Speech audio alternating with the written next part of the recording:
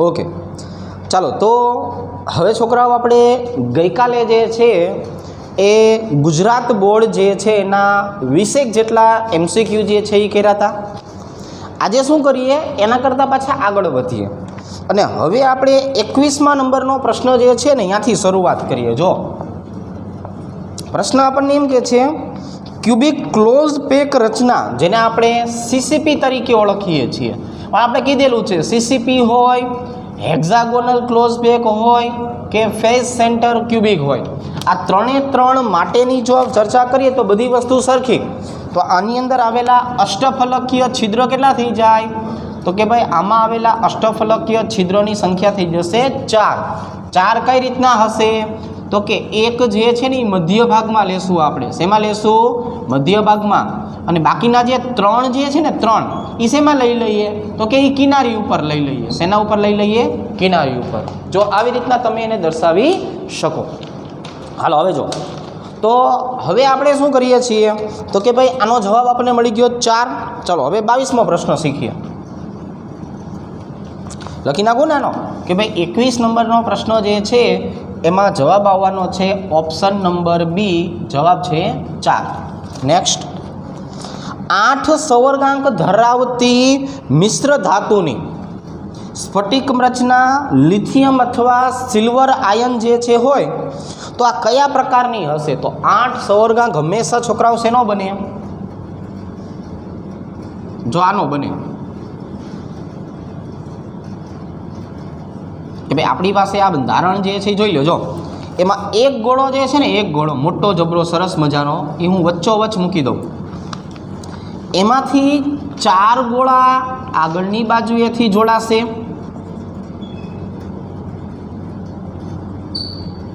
अने बीजा 4 गोळा जे छे ए पाछळनी बाजुएथी जोड़ाशे। बरोबर छे। आवी रीते जो तमे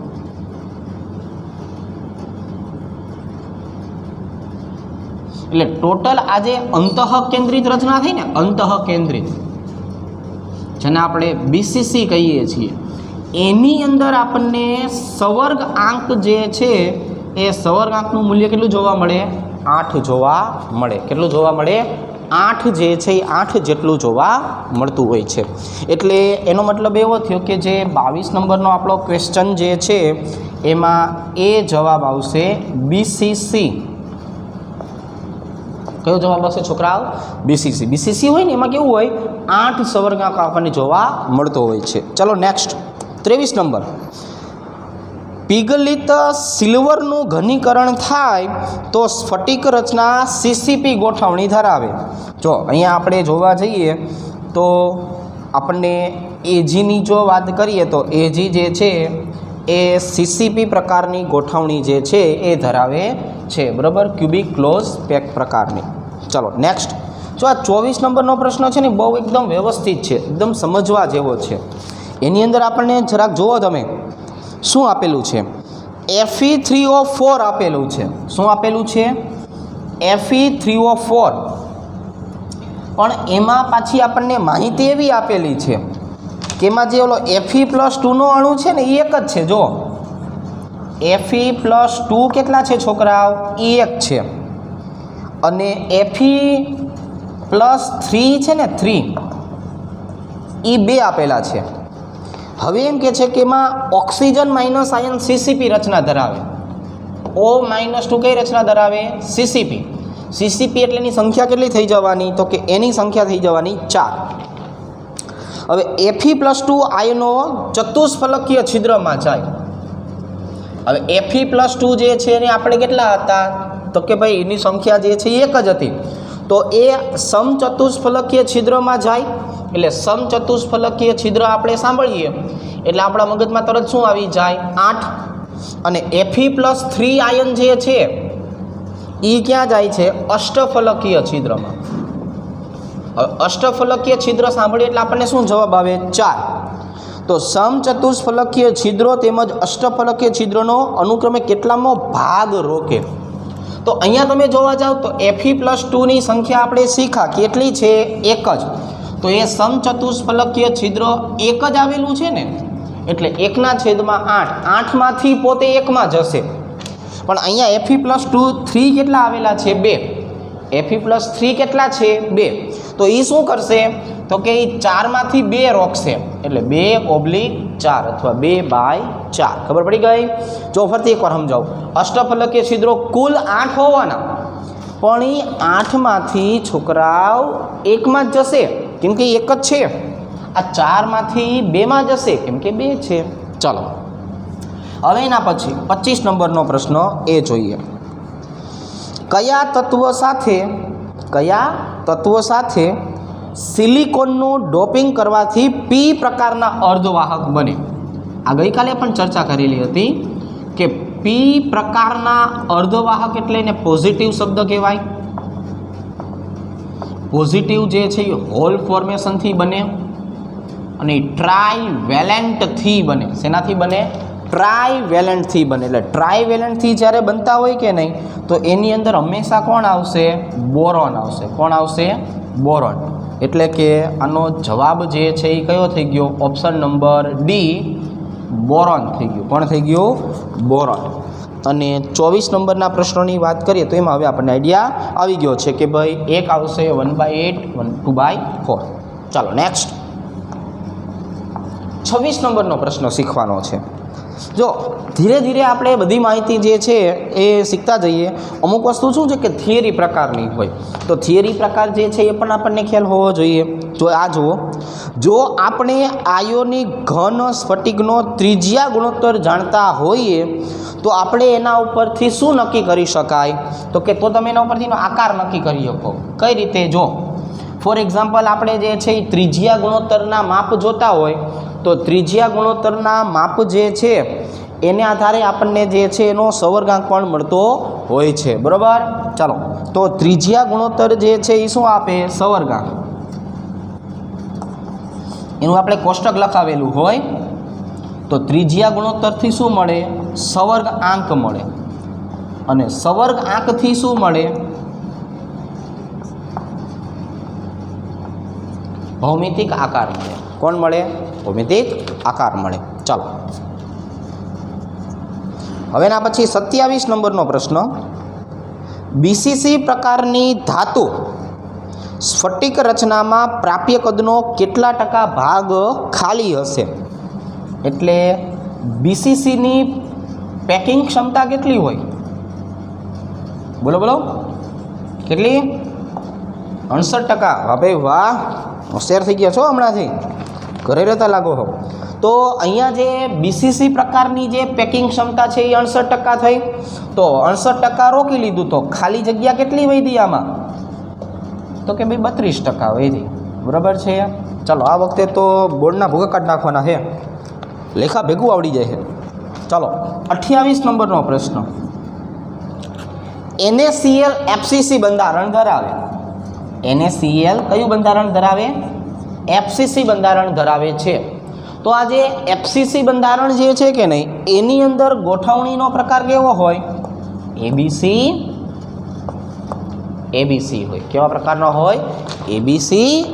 ABC પ્રકારનો હોય. એટલે NaCl કે જેમાં FCC બંધારણ જોવા મળતું હોય છે એ FCC બંધારણ જે છે એ ABC પ્રકારની ગોઠવણી જે છે એ ધરાવે છે. ચાલો હવે અમુક પ્રશ્ન જે છે ને એકદમ થિયરીના હશે. કેવા હશે? એકદમ થિયરીના, વ્યવસ્થિત રીતે થિયરીના. તો જો FeOમાં નીચેનામાંથી કઈ ખામી હોય? તો તમે થિયરી ભણેલા છો. FeO હકીકતમાં આપણે આને FeXO કહેતા. તો એનો મતલબ જે છે ઓક્સિજન કરતાં Feનું પ્રમાણ કેવું હતું? ઓછું. કારણ કે જ્યાં X બરાબર કોણ હતું? Fe+2 અને Fe+3 બે હતા. ખ્યાલ આવ્યો ને? સાંભળો છો? Fe+2 અને Fe+3 બે હતા. એટલા માટે આમાં ધાતુ ઉણપ કહેવાય. ધાતુ ઉણપ ક્ષતિની વ્યાખ્યા દર્શાવે છે. બરાબર? એકદમ વ્યવસ્થિત થિયરી બેઝ થયા. ચાલો નેક્સ્ટ 30 નંબરનો પ્રશ્ન. હજુ 30 નંબરના પ્રશ્નમાં છોકરાઓ આકૃતિ આપેલી છે. એ આકૃતિમાં જોશો કે નહીં તો આયોનિક સ્ફટિક આપ્યો છે. કેવો આપ્યો છે? આયોનિક સ્ફટિક આપેલો છે. આ જે આયોનિક સ્ફટિક જે છે ને એમાં તમે જુઓ potassium chlorine, potassium chlorine, potassium chlorine. આ જે પોટેશિયમ ક્લોરીન આપેલું છે કે નહીં, એમાં અમુક જગ્યાએથી પોટેશિયમ દૂર કરી નાખ્યા છે, અમુક જગ્યાએથી ક્લોરીન દૂર કરી નાખ્યા છે. એટલે આની અંદર પોટેશિયમ અને ક્લોરીનના યુગ્મ દૂર થયા. કેવા દૂર થયા? યુગ્મ દૂર થાય છે. હજી આ યુગ્મ દૂર થતા હોય અને જો આપણે એને શોર્ટકી ન કહીએ તો હાલે નહીં. એટલે આને આપણે શોર્ટકી ખામી તરીકે ઓળખાવી શકાય. બરાબર, આ શોર્ટકી મામી છે. કેવી મામી છે? શોર્ટકી મામી. ચાલો 31 નંબરનો પ્રશ્ન. ઓહો, લાંબો છે પણ આવડે એવો છે. એક પદાર્થની સ્ફટિક રચનામાં સોડિયમ પરમાણુ સ્ફટિકના ખૂણા ઉપર છે. સોડિયમ ખૂણા ઉપર હોય એટલે ખૂણા 8 હોય, 1/8 હિસ્સો રોકે એટલે છેલ્લે 1 વધે. ઓક્સિજન પરમાણુ પ્રત્યેક ધારી ઉપર છે. ઓક્સિજન ધારીમાં ન મજા આવે તો કિનારી. કુલ કેટલી હોય? 12. કેટલા ભાગે વેચાઈ જાય? 4 થઈ જાય 3. અને ટંગસ્ટન કેન્દ્રમાં છે. લ્યો, પતી ગયું કે અહીંયા જે છે એ ડબલ્યુ તો શેમાં છે? કેન્દ્રમાં. કેન્દ્ર તો એક જ હોવાનું. હાલો, હવે તારે ઓપ્શન પ્રમાણે જોઈએ કે કેમ કરીને મૂકવું છે. તો પહેલાં સોડિયમ, પછી ડબલ્યુ, પછી ઓક્સિજન લેવા છે મારે. તો જોવો જોઈએ કોને કોને પહેલાં ગોઠવી નાખશું. સોડિયમ 1, ટંગસ્ટન 1, પણ ઓક્સિજન 3. તો અહીંયા આપણી પાસે જે છે એ પહેલું બોર્ડ પૂરું થયું આપણી પાસે. તો એની અંદર તમે જોઈ શકો છો કે પહેલાં બોર્ડ જે છે એમાં આપણે જે છેલ્લો પ્રશ્ન લખ્યો એમાં સોડિયમ, ડબલ્યુ અને ઓક્સિજન કેટલા મળ્યા? 3. બરાબર. ચાલો, તો હવે અહીંયા જે છે એ જો ટંગસ્ટન જે છે એનો ઓક્સિડેશન આંકની વાત કરીએ તો ઓક્સિડેશન આંક કેટલો થાય? ઓક્સિજન બધું થઈને -6 આપે, સોડિયમ +1 આપે, તો ટંગસ્ટન કેટલું આપે? તો +5 આપે. બોલો, અહીંયા આપણને આવા અલગ અલગ ઓક્સિડેશન આંકની પણ જરૂર પડે તો આવા અલગ અલગ ઓક્સિડેશન આંક ગોતતા આવડવું જોઈએ. ટૂંકમાં ગમે એમ મારી મચકોડીને પ્રશ્ન પૂછ્યો હોય ને તો તમને આવડવો જોઈએ. બરાબર છે? તમારે એ લેવલનું સ્માર્ટ બનવાનું છે કે ગમે એવા પ્રશ્નો નાખે નહીં, તમારાથી એનો જવાબ ટીક થઈ જ જવો જોઈએ. બરાબર છે? બસ આવી મહેનત કરો ઘરે બેઠા બેઠા. બરાબર છે? ચાલો, બધી વસ્તુ જોઈ લેવાની છે.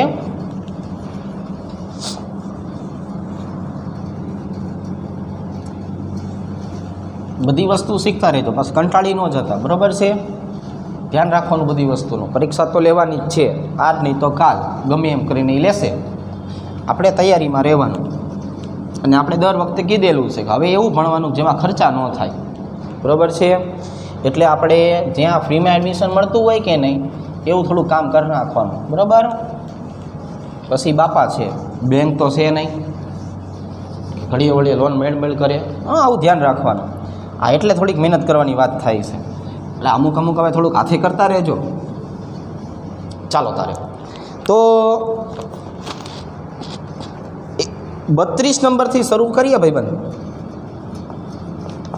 બરાબર? ચાલો. ષટકોણીય અતિ ક્લોઝ પેક રચનામાં કેટલા ટકા ખાલી જગ્યા હોય? હવે આ ષટકોણીય શબ્દ વાપરીને મજા ન આવે, પણ FCC શબ્દ વાપરીને તો પછી મજા આવે. એટલે ફેઝ સેન્ટર ક્યુબિકની વાત કરીએ તો એની જે પેકિંગ ક્ષમતા જે છે ને, પેકિંગ ક્ષમતા એ 74% છે. કેટલી છે? 74%. તો આની જે ખાલી સ્થાન છે ને, આનું ખાલી સ્થાન એ 26% થઈ જાય. કેટલું થઈ જાય? 26%. ચાલો નેક્સ્ટ.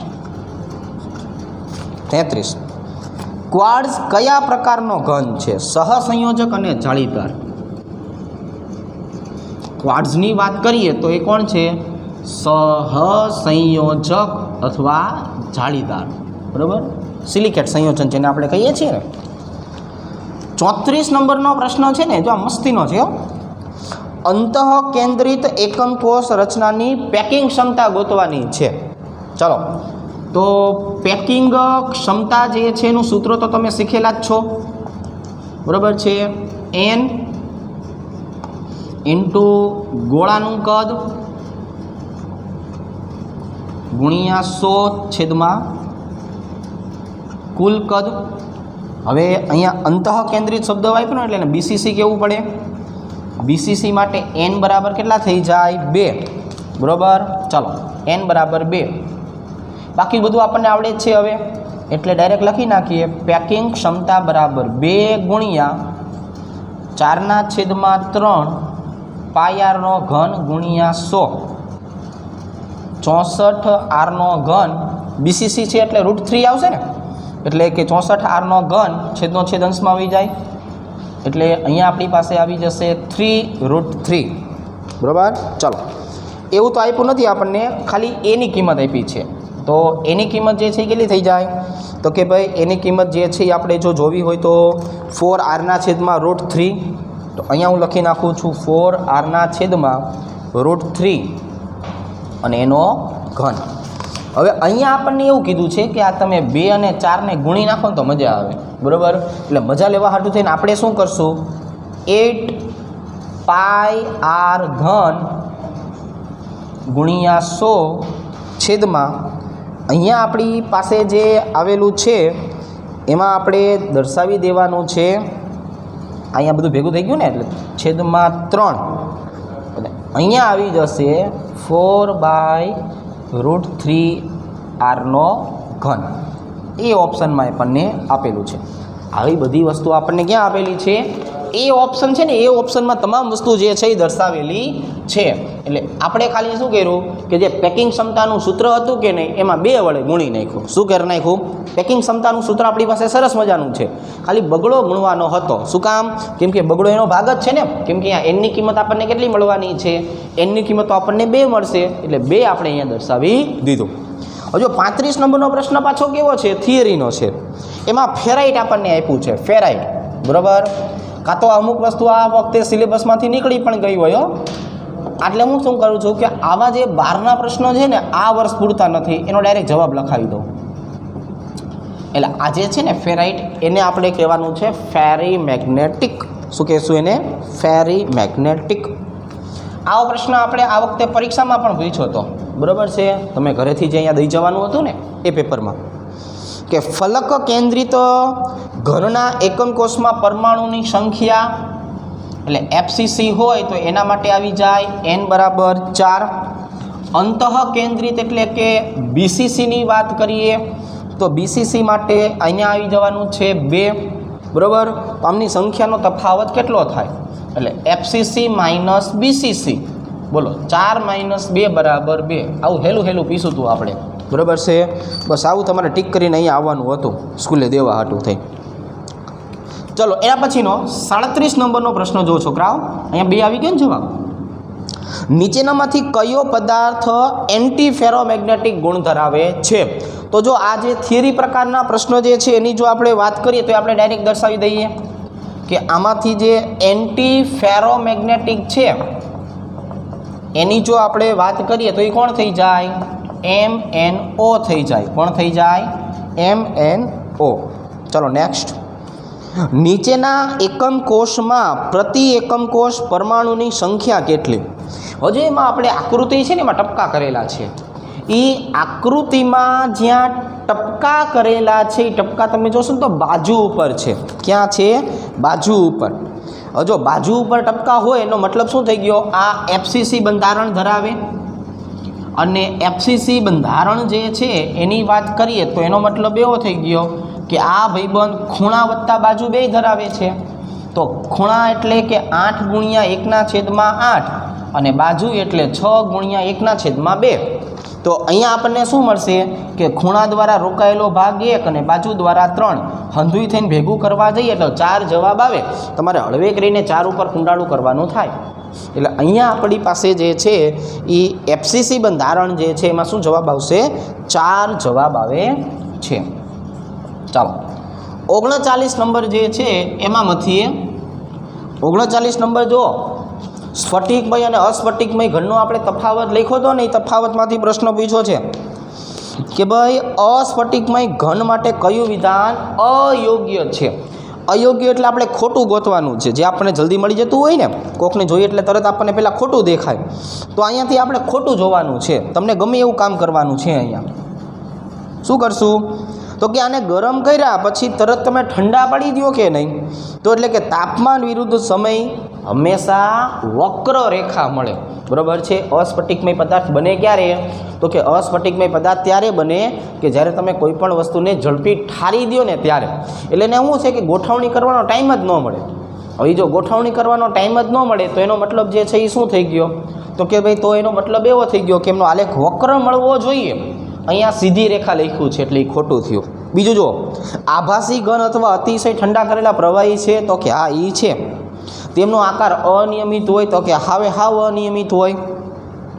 અને ઘટક કણોની ગોઠવણીનો ક્રમ ટૂંકા ગાળાનો જ હોય, તો કે આ થોડીક સુધી હખણા રહે, બરાબર છે. પછી વાંહે જેમ જેમ જતા જાય કે નહીં એમ જે છે એ ડાયાડમરા થતા જાય. એટુવાળા છોકરા કેમ મારા ડાયાડમરા છે એના જેવા થતા જાય, બરાબર છે.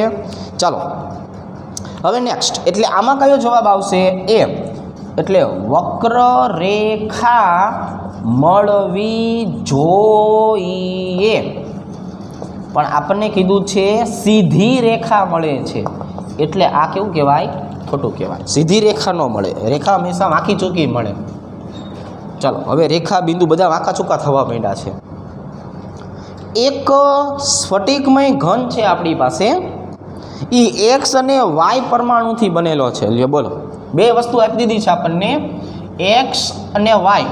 બે વસ્તુ છે ભાઈબંધ, કઈ કઈ? એક્સ અને વાય. એક્સ પરમાણુ સીસીપી રચના ધરાવે છે. જો સીસીપી એટલે આપણે શું કરી નાખશું? તો કે ભાઈ આ તો 4 હોય. અને વાય પરમાણુઓ ચતુષ્ફલકીય છિદ્રમાં ગોઠવાય. સમચતુષ્ફલકીય છિદ્રમાં ગોઠવાય એટલે કેટલા થઈ ગયા? 8. હવે આપણને જે છે એ પાછું એમ કહે છે કે જો એક બાજુ પરના વિકર્ણના બધા જ પરમાણુઓ દૂર કરવામાં આવે તો સ્ફટિકમય ઘનનું અણુસૂત્ર કયું થાય? હવે અહીંયા આપણને જે કીધું છે ને કે તમે વિકર્ણ દૂર કરો, એટલે કે ભાઈ તમારે કિનારીનો ભાગ દૂર કરવાનો, તો અહીંયા જે છે ને કાંઈ ફેરફાર થશે નહીં, બરાબર છે.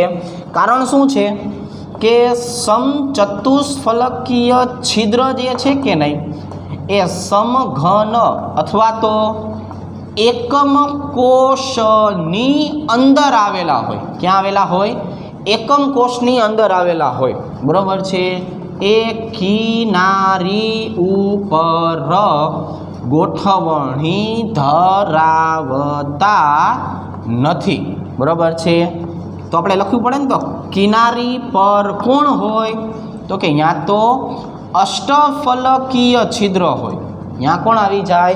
यहाँ तो भाई अष्टफलकीय छिद्र आवी जशे। जो एनो मतलब एम थयो कि जो आपणे आनुं सूत्र जोवा जोईए के नहीं, तो x जेम y एटले 4/8 एटले 1/2 एटले आनो जवाब थई गयो xy2 थवुं जोईए। हारू एवुं आपने कोई ऑप्शन ज नथी आपेलो, तो आपणे जवाब शुं करवुं पड़शे? तो कि ऑप्शन नंबर डी एक पण नहीं। एक वखत फरती जोई ल्यो। अहींया कीधुं छे समचतुष्फलकीय छिद्र होय ने ई एकम कोषनी अंदर होय, किनारी पर न होय। किनारी पर तो अष्टफलकीय छिद्र होय, तो तमे किनारी के विकर्ण गमे ई दूर करो तो वांधो कोने पड़े? अष्टफलकीय छिद्र ने वांधो पड़े। समचतुष्फलकीय ने कांई वांधो पड़तो नथी, तो एने कांई नथी वांधो पड़तो। एनो मतलब शुं थई गयो? तो कि एनो मतलब एम थई गयो कि बंधारण एवुं ने एवुं ज मळवानुं छे। चलो नेक्स्ट। कई स्फटिक प्रणाली में दरेक धारनी लंबाई समान होय? तो आपन थियरीनो प्रश्न छे એટલે આપણે એનો ડાયરેક્ટ જવાબ લખશું। HGS માં આવું જોવા મળશે। શેમાં જોવા મળશે? HGS જે છે એમાં આવું જોવા મળે છે, બરાબર। ચાલો નેક્સ્ટ। एक 42 नंबरનો પણ એક નાનકડો છે એટલે ટીક કરી નાખીએ। જો ક્યુબિક ક્લોઝ પેક રચનામાં દરેક ગોળો કેટલા પાડોશીઓને સ્પર્શે છે? એટલે ક્યુબિક ક્લોઝ પેક એટલે સીસીપી નો સવર્ગાંક કેટલો છે ભાઈ? તો કે એનો સવર્ગાંક છે ને 12 છે। 12 કઈ રીતે? 3 ઉપર, 6 પોતાના જ સ્તરમાં, 3 નીચે, બરાબર।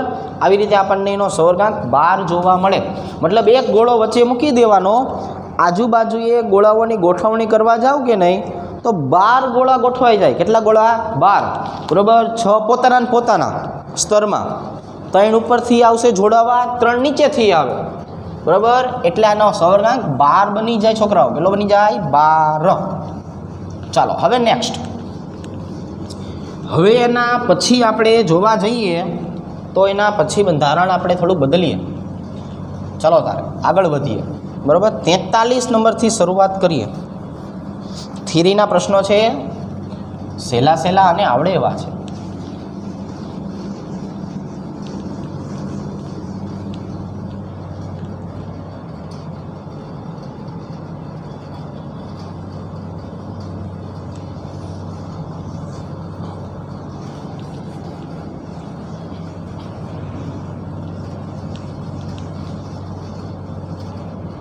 જો તો પેજ નંબર 3, 43 નંબરનો પ્રશ્ન.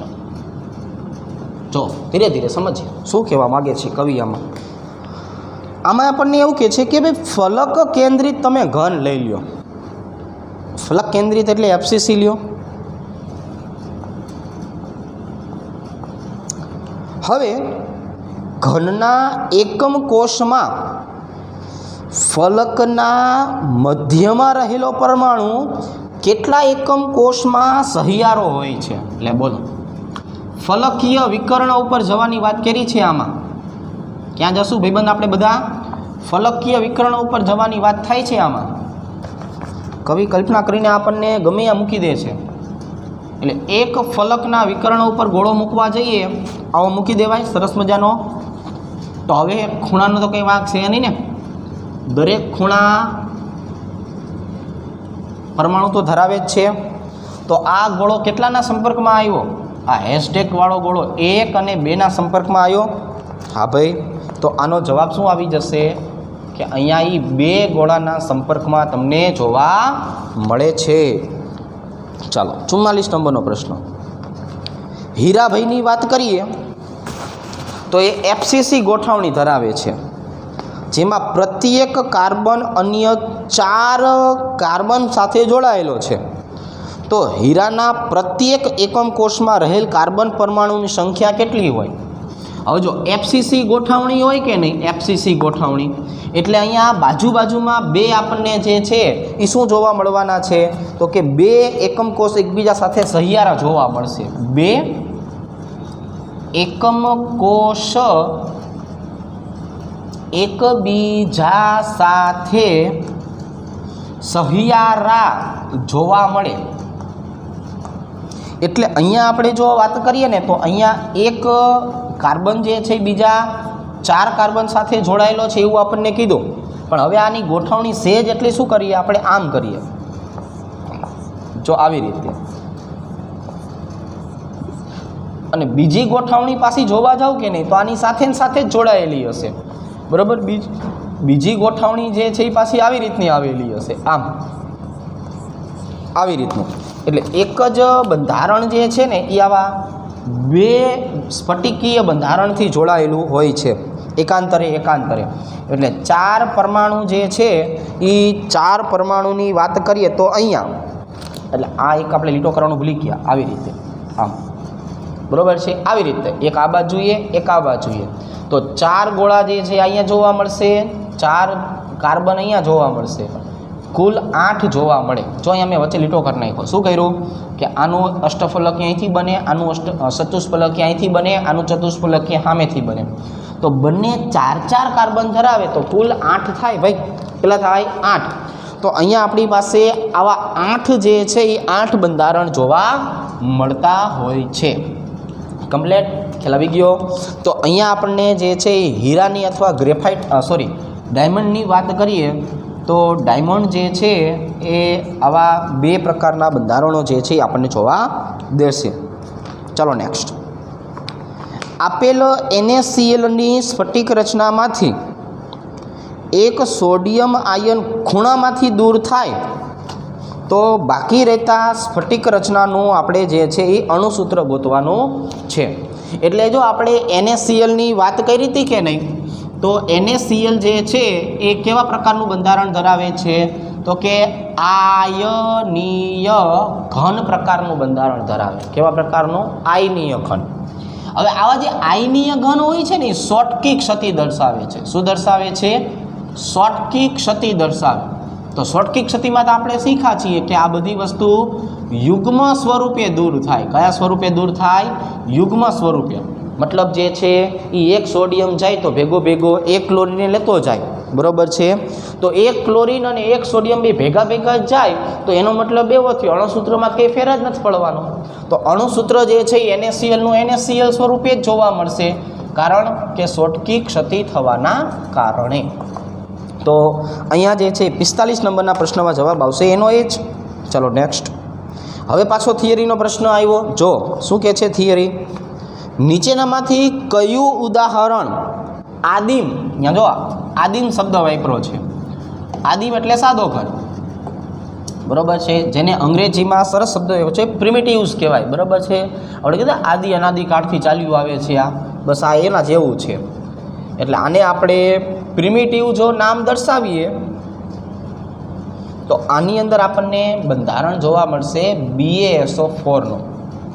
આ બેરિયમ સલ્ફેટ આપણને જે છે આ પ્રકારનું જોવા મળે. એકદમ થિયરીનો પ્રશ્ન છે એટલે આપણે યાદ રાખશું. ઉદાહરણ ખાસ કરીને યાદ રાખવાના. ઉદાહરણ જે છે એમાં બીજું તો આપણે કંઈ કરી ન શકીએ ને, બરાબર, કે ભાઈ આવું બંધારણ ધરાવે છે તો આપણે એને ધરાવવા દેવું પડે, બરાબર છે. આપણે એની પેઢીમાં કંઈ ફેરફાર ન કરવા જવાય, બરાબર છે. ચાલો, સંયોજકતા પટ અને વાહકતા પટ વચ્ચેની ખાલી જગ્યા હોય એને એનર્જી બેરિયર કહેવાય. જો એક આપણી પાસે કોણ હોય? સંયોજકતા પટ હોય, અને બીજું આપણી પાસે કોણ હોય? વાહકતા પટ હોય. તો આ બંને વચ્ચે જે તફાવત હોય એને શું બોલાય? એનર્જી બેરિયર બોલાય, બરાબર છે. અથવા ગુજરાતીમાં એને શક્તિ ગેપ કહેવાય. બસ આ શક્તિ ગેપ કેટલો છે ને એની આધારે આપણે ધાતુ, અધાતુ અને અર્ધ ધાતુનું વર્ગીકરણ કરતા, અથવા સારી ભાષામાં સુવાહક, અવાહક અને અર્ધવાહકનું વર્ગીકરણ કરતા શક્તિ ગેપના મૂલ્યને આધારે. કે ધાતુઓ હોય એમાં બે જોડાયેલા જ હોય એટલે ઇલેક્ટ્રોન આમ દાંત કાઢીને દોડતો દોડતો પહોંચી જાય, બરાબર. અધાતુ હોય એમાં લાંબો જે છે એ ખાડો વચમાં આવી જાય એટલે ઇલેક્ટ્રોન કે કૂદકો મારીને જઈ શકે નહીં, બરાબર. કૂદકો મારે તો ખરા પણ અધવચ્ચે લટકાઈ જાય કાં ખાડામાં પડી જાય, બરાબર. પણ અર્ધવાહક હોય એમાં ખાડો ના હોય, ખાડી હોય, બરાબર છે. એટલે થોડીક રનિંગ લઈને કૂદકો મારે તોય પહોંચી જાય.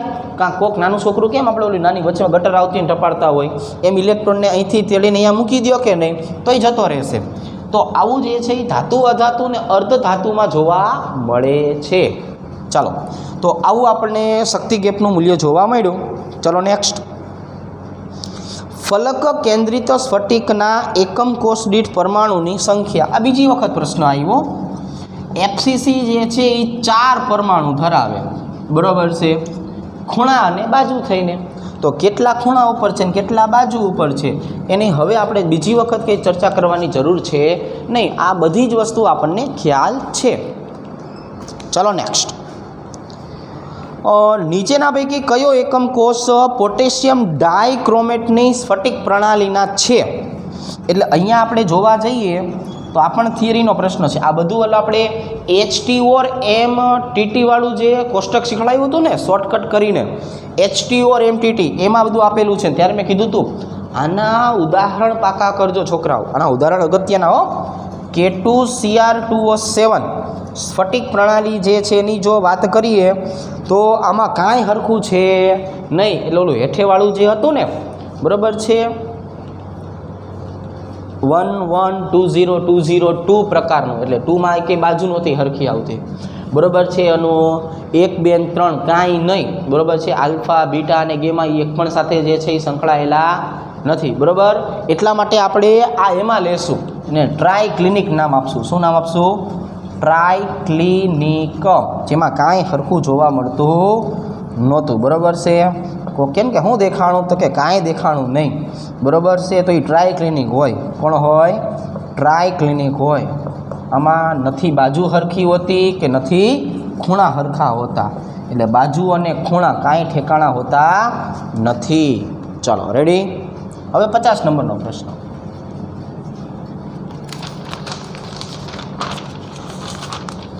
ઓહો, એકદમ સહેલો પ્રશ્ન આવી ગયો.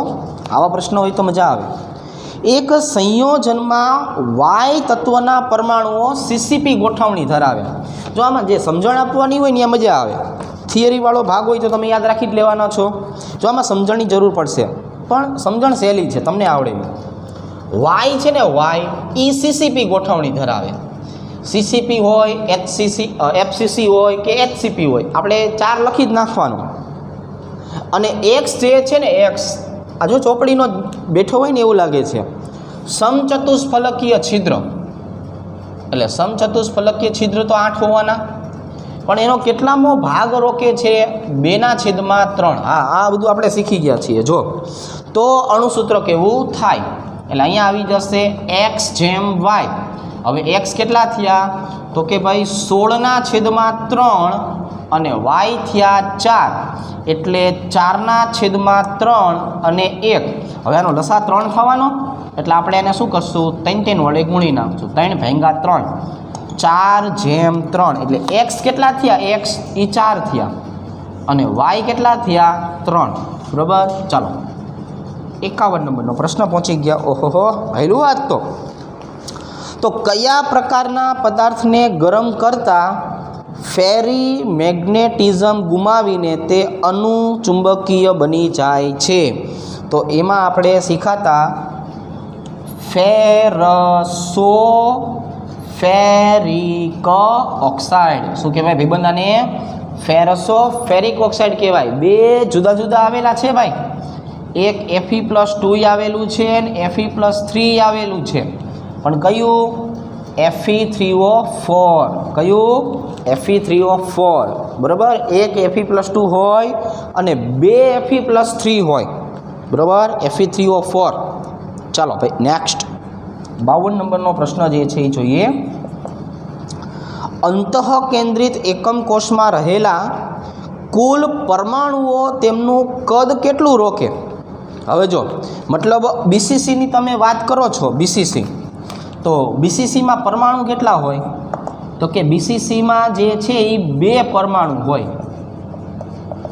પરમાણુ તો ગોળા તરીકે જોવાના, તો ગોળાનું કદ કેટલું હોય? ગોળાનું કદ અહીં લખી નાખશું.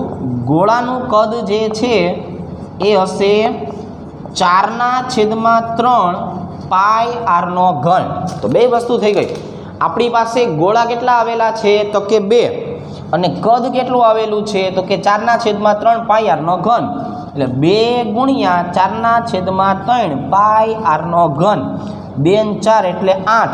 8/3 πr². આટલા આપણી પાસે ગોળા હોય અને આટલા આપણી પાસે જે છે એ એકમ કોષનું ગોળાઓનું કદ પણ આવી જાય. બરાબર. ચાલો આ 52 નંબરનો પ્રશ્ન આપણે સોલ્વ કર્યો. હવે થોડાક એવા પ્રશ્નો જે છે એ જોતા જઈએ. બરાબર છે. એકાદું જે છે એ 2-4 પ્રશ્નો ઉપર નજર નાખીએ. બરાબર. ચાલો હવે એના પછીનો પ્રશ્ન જે છે એ જો.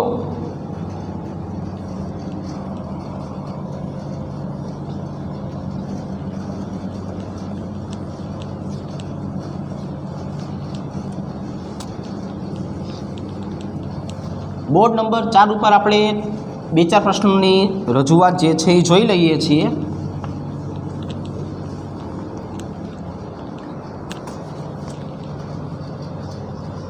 ચાલો 2-4 પ્રશ્ન જોઈએ. 53 નંબરનો એક પ્રશ્ન જોઈએ. 53 નંબરનો પ્રશ્ન જે છે એ આવો આપ્યો છે.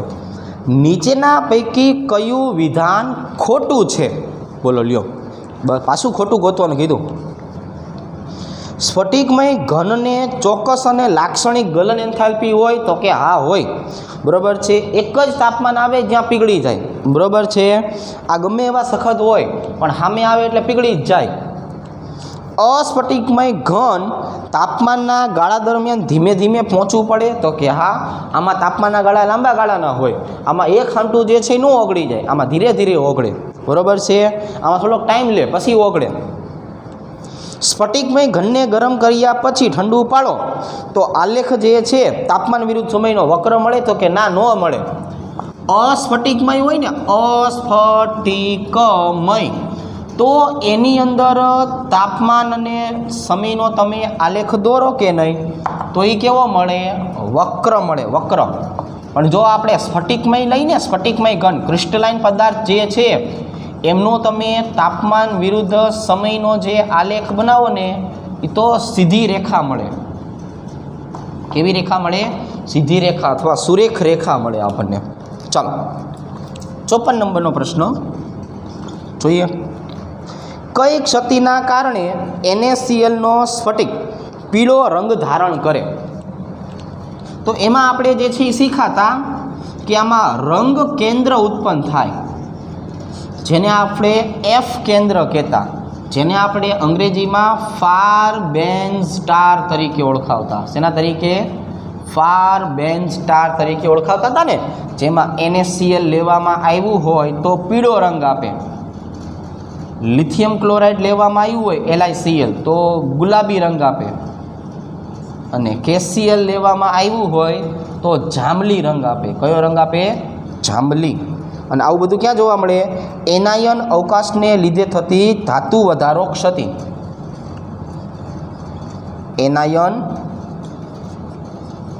અવકાશને કારણે થતી ધાતુ વધારો ક્ષતિ, એના કારણે આવા અખતરા જે છે એ થયેલા જોવા મળે છે. ચાલો હવે એક નાનકડી ત્રિરાશિ મૂકવાની કહે છે અહીંયા આપણને 55 નંબરના પ્રશ્નની અંદર.